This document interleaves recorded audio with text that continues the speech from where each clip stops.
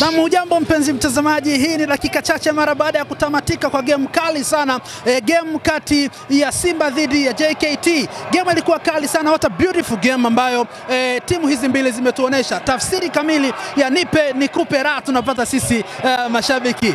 JKT wanaanzisha, Simba wanarudisha, Simba wanamaliza. Game hii ilikuwa game ya aina gani kwako? Mchezo ulikuwa mzuri na jambo la kumshukuru Mwenyezi Mungu, Simba wamepata ushindi, wamepata pointi 3 na katika msimamo wa ligi kuu wameendelea kujisogeza na kujitafutia nafasi ya juu zaidi. Hivyo pia naye ni mchezo mbaya kwa upande wa JKT Tanzania. Japokuwa JKT Tanzania ilianza vizuri katika dakika 45 za kipindi cha kwanza, na pia baada ya kufunga goli katika kipindi cha pili walipoteana, na unaikuta JKT ilipoteza umakini wake baada ya kupata goli, na Simba ilibadilisha mfumo na kuanza kuishambulia JKT. Hivyo basi naweza kusema hongera Simba, pole kwa JKT.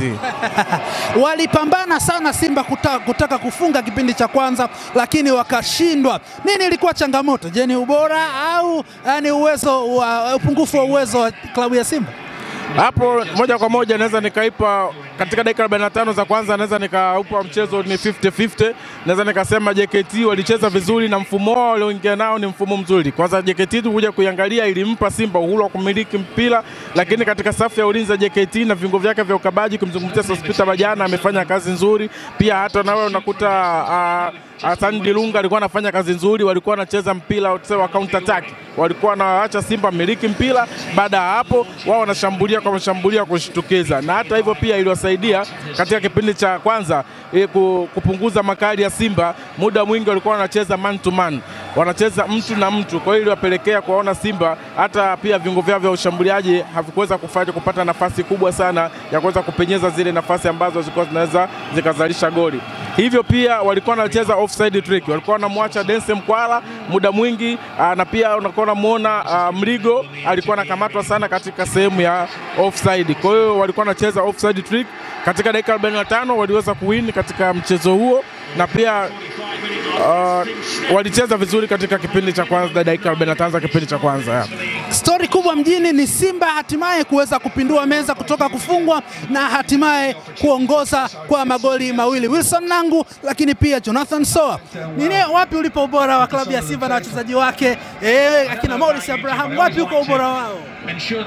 Pongezi kubwa iende kwa kocha wa Simba baada ya kuona viungo vyake pale kati havifanyi vizuri. Hivyo pia akaona ampunguze Maema, akampunguza Neo Maema, akampunguza Yusuf Kagoma, akampunguza Kibu Dennis. Hivyo ilimpelekea kuingiza wachezaji ambao wenye kasi na kuanza kushambulizi. Uliona baada ya kuingia Morris Abraham na kuingia kwa Elie Mpanzu kulisababisha kule mbele viungo washambuliaji walifanya vizuri. Nabi Kamara alikuja akacheza vizuri, na Losenkante akaja akasimama namba 6 namba 8 ambayo ilikuwa inapandisha mashambulizi na kuifanya safu ya Simba ya ushambuliaji iwe imara. Jonathan Soa ulimuona mikimbio yake, alikuwa anakuja kuchukua mipira chini, anapishana baina yeye na Elie Mpanzu, walikuwa wanapishana. Unamkuta Jonathan Soa anakuja kuchukua mipira, nampa Elie Mpanzu au anampa Morris Abraham. Chazi Awa pia nao uliona mchango wake, alikuwa anasimama kama mchezaji hatari, na ukiangalia JKT Tanzania walikuwa wamemchukulia Chazi Awa ni kama mchezaji ambao mwaka jana aliweza kuwasababishia wao pia naye kufungwa, na hata pia mwaka huu alikuwa anacheza kwa tahadhari kubwa. Hiyo ilipelekea wao JKT Tanzania kuweza kuruhusu yale magoli ya haraka mawili. Naam, hiyo ni ubora ambao klabu ya Simba wameionyesha katika mechi ya leo. Hii inatuashiria kocha ana ubora gani katika kusoma mechi, kwa sababu tunaona sababu alizozifanya zimeleta mabadiliko pale. Wameingia kina Jonathan Soa ambao wamekuwa kama super sub, na mwisho wa siku wameipatia matokeo klabu ya Simba. Je, ni kocha ameshaielewa klabu ya Simba huyu Mr. Pantev Pila Matatu ameshaielewa Simba yake? Kocha kwa sasa tunaweza kusema anatafuta first 11 yake ambayo itakayoweza kumsaidia katika mashindano makubwa yanayokuja, kwa sababu kocha ana kibarua kikubwa sana hapo mbele kuivusha Simba kutoka katika hatua makundi na kwenda hatua ya robo finali. Kocha mpaka sasa ukija kumwangalia katika mchezo wake uliopita na mchezo wa sasa, amebadilisha takriban wachezaji 5 katika kikosi cha kwanza ambacho kilichocheza mchezo wake wa mchezo wake uliopita. Hivi sasa ameingiza wachezaji wengine. Mpaka sasa naweza nikasema kocha ameanza kuielewa Simba na kuanza kujua jinsi jinsi gani ya kuwatumia wachezaji wake. Leo hii tumemwona kocha ameanza na viungo wengi washambuliaji lakini ambao hawana ile uwezo wa kupenyeza mipira na kwa sababu kumpa Dense Mukwala kwa wakati na kuweza kufanikisha kufunga goli.